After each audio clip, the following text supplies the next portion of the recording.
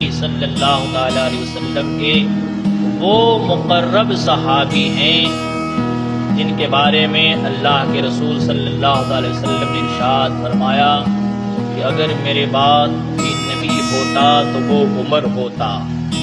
میرے بعد کوئی نبی نہیں ہے تو عمر نبی نہیں ہے، لیکن اگر ہوتا تو وہ عمر ہوتا۔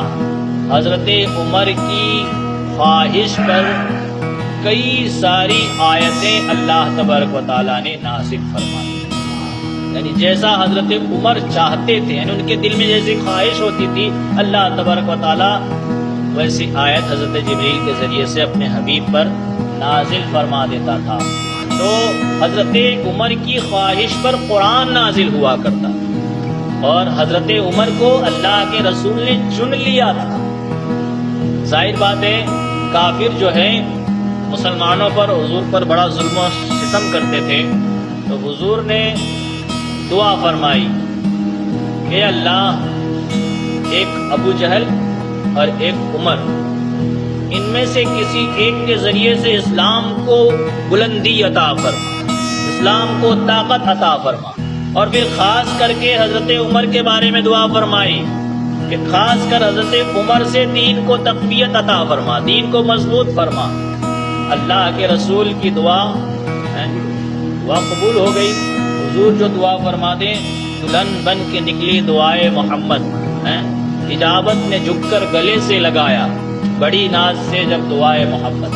حضور کے نام اور حضور کے لب سے نکلی ہوئی بات وہی ہوتی ہے جو قرآن کہتا ہے وَمَا يَنطِقُ عَنِ الْهَوَىٰ إِنْ هُوَ إِلَّا وَحْيٌ يُوحَىٰ، کہ میرا حبیب جو کہتا ہے وہ خود نہیں کہتا بلکہ اللہ کی وحی ہوا کرتی ہے، اللہ کی وحی ہوا کرتی ہے۔ تو حضور نے دعا فرمائی ابو جہل اور عمر کے بیچ میں کہ اے اللہ ان دونوں میں سے تیری قدرت جس سے چاہے اسے دین کو تقویت پہنچا، مدد پہنچا، لیکن خاص کر حضرت عمر سے۔ تو عمر کے حق میں دعا قبول ہو گئی، حضرت عمر ایمان لے آئے۔ وہ واقعہ آپ بار بار سن چکے ہیں، اسے ابھی یہاں بیان نہیں کرنا۔ اور عمر تو ایمان لے آئے، لیکن ابو جہل آخر دم تک ایمان نہ لایا۔ تو عمر کے ذریعے سے اسلام کو وہ طاقت ملی ہے کہ پہلے صحابہ جو ایمان لائے تھے وہ چھپ چھپ کر عبادت کرتے تھے، کافر جو تھے ظلم و ستم کرتے تھے، لیکن جب حضرت عمر ایمان لے آئے تو کہنے لگے یا رسول اللہ کیا ہم حق پر نہیں ہیں؟ کیا ہمارا دین حق نہیں ہے؟ حضور نے فرمایا کیوں حق نہیں؟ حق تو ہے، اسی لیے تو ہم اس پہ ڈٹے ہوئے ہیں، حق پر ہیں۔ تو کہا ہے اللہ کے رسول اگر ہم حق پر ہیں تو ان کافروں سے ڈرنے کی کیا ضرورت ہے، ہم کھلے عام عبادت کریں گے۔ چنانچہ حضرت عمر کے ایمان لانے کے بعد صحابہ کھلے عام عبادت کرنے لگے، قرآن کی تلاوت کرنے لگے۔ اب قرآن کی تلاوت جب لوگ سنتے تھے کافر تو کیا شور مچاتے تھے، ڈھول بجاتے تھے، شور و غوغا کرتے تھے۔ ان کا یہ عقیدہ تھا کہ جو بھی قرآن کی آیت سن لے گا وہ ایمان لے آئے گا۔ تو ایسی آواز پیدا کرو کہ لوگ اس آواز کو سن نہ سکیں، اس لیے وہ شور و غوغا کرتے تھے۔ لیکن اللہ نے جس کو چاہا اپنے حبیب کے دین میں داخل کرنا اسے داخل فرما دیا۔ اس طرح حضرت عمر کے ذریعے سے دین کو بڑی طاقت ملی، اور پھر حضرت ابو بکر صدیق کے بعد بھی حضرت عمر کے ذریعے سے دین اسلام بہت دور دور تک ہے۔ قیصر و کسریٰ جس کے بارے میں حضور نے یہ پیشن گوئی فرمائی تھی کہ قیصر بھی فتح ہوگا، کسریٰ بھی فتح ہوگا، یہ سب فتح ہوں گے۔ تو اس صحابہ کا یہ عقیدہ تھا کہ کچھ بھی ہو جائے، آسمان کے ستارے زمین پہ گر جائیں، پہاڑ ریزہ ریزہ ہو جائے، کچھ بھی ہو جائے، پھر حضور نے فرمایا ہے قیصر و کسریٰ فتح ہوں گے تو فتح ہوں گے۔ اور یہی جذبہ لے کر صحابہ کرام چلے تو اللہ نے ان کے جسموں میں ایسی روحانی طاقت اور قوت عطا فرمائی کہ جس کی بنیاد پر انہوں نے قیصر و کسریٰ کو فتح بھی کر دیا۔ حضرت سراقہ کو کہا تھا نا حضور نے کہ سراقہ میں تمہارے ہاتھوں میں کسریٰ کے کنگن دیکھ رہا ہوں، سونے کے کنگن۔ سونا پہنا کسی کے لیے جائز نہیں ہے، لیکن یہ نبی مختار کل ہے، جس کو جو چاہے عطا کر دے، جس کو جو چاہے عطا کر دے۔ حضرت سراقہ ایک مرتبہ بہت بیمار ہو گئے، تو سارے لوگوں کو نا امیدی ہو گئی کہ اب تو چلے جائیں، ان کا انتقال ہو جائے گا۔ تو اٹھ کے بیٹھ گئے جلال میں، کہا کیا سوچتے ہو، میں مر جاؤں گا؟ ابھی نہیں مر سکتا۔ کہا ایسے کیسے یقین سے کہہ دے؟ کہا ابھی قیصر فتح نہیں ہوا، میں نے کنگن پہنے نہیں۔ حضور نے فرمایا تھا قیصر فتح ہوگا اور وہاں کے کنگن دیکھ رہا ہوں تمہارے ہاتھوں میں۔ حضرت عمر کو خیال ہے کہ ہاں بات تو بالکل درست ہے۔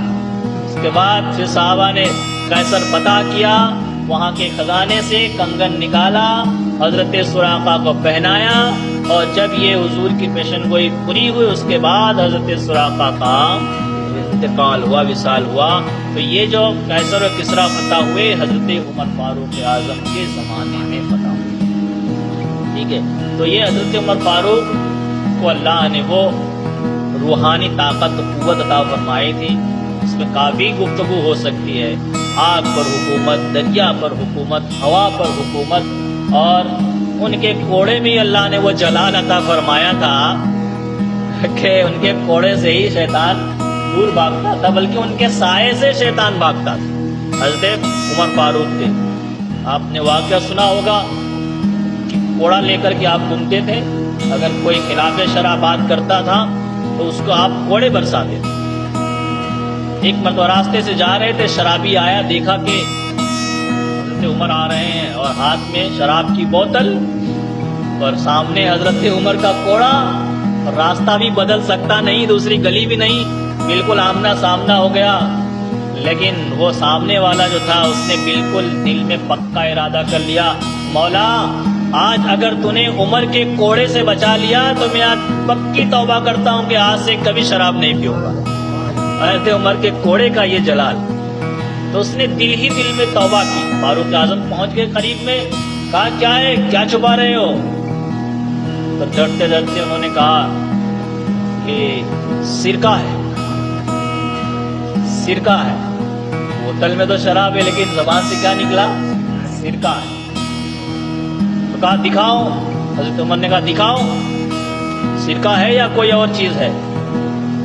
حضرت عمر نے جب بوتل لے کر دیکھا تو اللہ کی قدرت سے وہ شراب سرکہ بن گئی تھی، وہ شراب سرکہ بن گئی تھی۔ یہ کس وجہ سے؟ ایک سچی توبہ کی وجہ سے۔ سچی توبہ کی تو اللہ تبارک و تعالیٰ نے اس کی توبہ بھی قبول فرما لی، اور اس کی مرضی کے مطابق اس کی زبان میں وہ تاثیر عطا فرما دی کہ اس کی زبان سے نکلا سرکہ ہے، تو اللہ نے شراب کو بھی سرکہ بنا دیا۔ تو یہ حضرت فاروق اعظم رضی اللہ تعالیٰ عنہ کا جلال تھا کہ آپ کے نام سے ہی قیصر و کسریٰ کے جو بادشاہ تھے بڑے بڑے، وہ تھراتے تھے، کانپتے تھے، لیکن آپ کوئی اونچی گدی میں نہیں بیٹھتے تھے، آپ پھٹا پرانا لباس پہنتے تھے، ہاتھ میں کوڑا رکھتے تھے، اور چل چلاتی ہوئی دھوپ میں کسی درخت کے نیچے جا کر کسی پتھر سے ٹیک لگا کر کے آرام فرما لیتے تھے۔ ایک سفیر آیا، سفیر مطلب قاصد آیا بادشاہ کا، کہ جاؤ دیکھ کر کے آؤ کہ ہم لوگ کون عمر ہے کہ جس کے جلال سے ہم لوگ کانپ رہے ہیں، دیکھ کر کے آؤ کہیں اس کے پاس بہت زیادہ سونا چاندی طاقت تو نہیں، کوئی بڑی فوج تو نہیں ہے۔ آیا دیکھنے کے لیے، کہا تمہارے امیر المومنین سے ملنا ہے۔ کہا ان سے ملنا ہے تو جاؤ، اسی طرف گئے ہوئے ہیں، اسی طرف گئے ہوئے ہیں، ان سے مل لینا۔ بیچارہ وہ گیا، ڈھونڈتے ڈھونڈتے دیکھا ایک درخت کے نیچے سوئے ہوئے ہیں، ہاتھ میں کوڑا ہے اور آپ کے جسم سے پسینے جاری ہیں۔ پوچھا کہ یہ کون ہے؟ کسی نے بتایا کہ یہی تو امیر المومنین ہے۔ کہا یہی تو امیر المومنین ہے۔ کہا بس کام ہو گیا، ان کے اندر یہ سادگی ہے، یہی وجہ ہے کہ قیصر و کسریٰ کے بڑے بڑے بادشاہ ان سے کانپتے اور تھراتے ہیں۔ تو یہ آپ کی شخصیت تھی۔ آپ اللہ کے فضل سے بڑے ہی متقی پرہیزگار تھے، اور راتوں کو آپ بہت کم سویا کرتے تھے، راتوں کو بھی آپ مخلوق خدا کی خدمت کرتے تھے۔ رات کو کوڑا لے کر کے اپنے غلام سالم کو ساتھ میں لے کر کے گھومتے رہتے تھے، کوئی شرارت تو نہیں کرتا، کوئی بغاوت تو نہیں کرتا، کوئی گناہوں میں تو ملوث نہیں ہے، روزانہ کا یہ معمول تھا۔ ایک دن ایسے بہت سارے واقعہ ہیں، ایک واقعہ سناؤں۔ جا رہے تھے، راستے میں دیکھا کہ ایک گھر سے آواز آ رہی ہے، بیٹا دودھ میں پانی ملا دو، بیٹا دودھ میں پانی ملا دو۔ ایک بوڑھی کی آواز تھی، لڑکی کو کہہ رہی تھی بیٹا دودھ میں پانی ملا دو۔ لیکن وہ لڑکی جو تھی بڑی پارسا تھی، اس نے کہا امی تمہیں امیر المومنین کا حکم معلوم نہیں ہے، انہوں نے کہا ہے کوئی بھی دودھ میں پانی نہ ملائے۔ تو اس بوڑھی عورت نے کہا اس رات کے وقت کہاں امیر المومنین یہاں دیکھنے آ رہے ہیں، امیر المومنین کہاں دیکھنے آ رہے ہیں؟ حضرت عمر بھی سن رہے ہیں، حضرت سالم بھی سن رہے ہیں۔ تو لڑکی نے کہا کچھ بھی ہو جائے میں حضرت عمر کے سامنے اقرار کروں اور یہاں پر غلط کام کروں، یہ مجھ سے نہیں ہو سکتا۔ اس نے انکار کر دیا۔ حضرت عمر نے سالم سے کہا کہ اس گھر کا نشان معلوم کر لو، کل صبح جب اٹھنا تو اس گھر کے بارے میں تفتیش کرنا کہ یہ کیا ہے، کیا معاملہ ہے ان کے تعلق سے۔ چنانچہ اس گھر پہ نشان لگا کر چلے گئے، اور جب صبح تفتیش کی گئی تو پتہ چلا، حضرت عمر کو بتایا گیا کہ وہ ایک بوڑھی عورت ہے اور اس کے ساتھ ایک بچی ہے جو بیوہ ہو گئی ہے، اس کے شوہر کا انتقال ہو گیا ہے، اور وہ لوگ بڑے ہی مجبور ہیں، نادار ہیں، اسی وجہ سے وہ بوڑھی عورت کہہ رہی تھی کہ دودھ میں پانی ملا دو۔ حضرت عمر نے اس لڑکی کی پارسائی کو دیکھا تو اپنے سارے شہزادوں کو بلایا، اپنے بیٹوں کو بلایا اور اس لڑکی کو بھی بلایا اور ارشاد فرمایا کہ تم میں سے جو چاہے اس سے نکاح کر لے، میں اس سے اس کا نکاح کر دوں گا۔ یعنی اس کی پارسائی پر آپ کو اتنا تعجب ہوا اور آپ کو پسند آیا۔ تو حضرت عمر کے ایک لڑکے تھے جن کا نام عاصم تھا، ان سے حضرت اس لڑکی کا نکاح کر دیا۔ حضرت عمر نے اس لڑکی کا نکاح کر دیا اور اس طریقے سے آپ نے اس نیک عورت کو اپنی بہو بنا لیا، بیوہ عورت تھی اسے اپنی بہو بنایا، اپنے بیٹے کی شادی اس کے ساتھ کر دی۔ اس طریقے سے آپ نے دین کی خدمت کی۔ بہت سارے واقعات ہیں، بہت ساری باتیں ہیں، اسے ابھی بیان کرنا بہت مشکل ہے، اس لیے اللہ تبارک و تعالی ہم سب کو حضرت فاروق اعظم کے فیضان سے مالا مال کر۔ ہم جب بھی دعا کرتے ہیں تو وسیلہ مانگتے ہیں، وسیلہ مانگتے ہیں نا، تو وسیلہ مانگنا بھی حضرت عمر کی سنت ہے۔ حضرت عمر کے زمانے میں کیا ہوا، قحط پڑ گیا، بارش نہیں ہوتی تھی، سوکھا پڑ گیا، جانور مرنے لگے، پانی نہیں، پیاس سے لوگ تڑپنے لگے۔ حضرت عمر کی دربار میں آئے، کہا حضرت دعا فرمائیے پانی برس جائے۔ تو حضرت عمر نے کہا ٹھیک ہے، اور پھر سب کو جمع کیا۔ جمع کرنے کے بعد حضور کے چچا حضرت عباس کو لیا ساتھ میں اور میدان میں آئے۔ میدان میں آنے کے بعد خدا کی بارگاہ میں دعا کی، مولا ہم تیرے نبی کے چچا کو وسیلہ بنا کر تیری بارگاہ میں دعا کرتے ہیں کہ مولا تو ہمیں اس قحط سالی سے نجات عطا فرما دے۔ تو بیان کرنے والے صحابی بیان کرتے ہیں کہ ابھی دعا مکمل ہونے کے بعد لوگ گھروں کو لوٹے بھی نہیں تھے کہ اللہ کے فضل سے ایسی بارش ہوئی کہ مسلسل کئی دنوں تک جاری رہی، کئی دنوں تک وہ بارش جاری رہی۔ اس طریقے سے لوگوں کے پریشانیاں دور ہو گئی اور قحط سالی دور ہو گئی، سوکھا پن دور ہو گیا اور لوگ خوش و خرم ہو گئے۔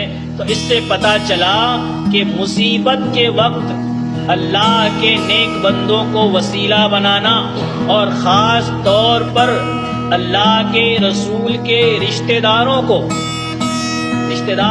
سادات کو، اہل بیت کو وسیلہ بنا کر خدا کی بارگاہ میں دعا کرنا، یہ حضرت عمر کی سنت ہے۔ اور اللہ تبارک و تعالی ایسی دعا کو شرف قبولیت بھی عطا فرماتا ہے۔ اللہ تبارک و تعالی ہمیں حضرت فاروق اعظم کے فیضان سے مالا مال فرمائے، ایمان کے ساتھ رکھے، ایمان ہی پر خاتمہ بالخیر فرمائے۔ اللهم ربنا تقبل منا انك انت السميع العليم وتب علينا انك انت التواب الرحيم وصلى الله تعالى على خير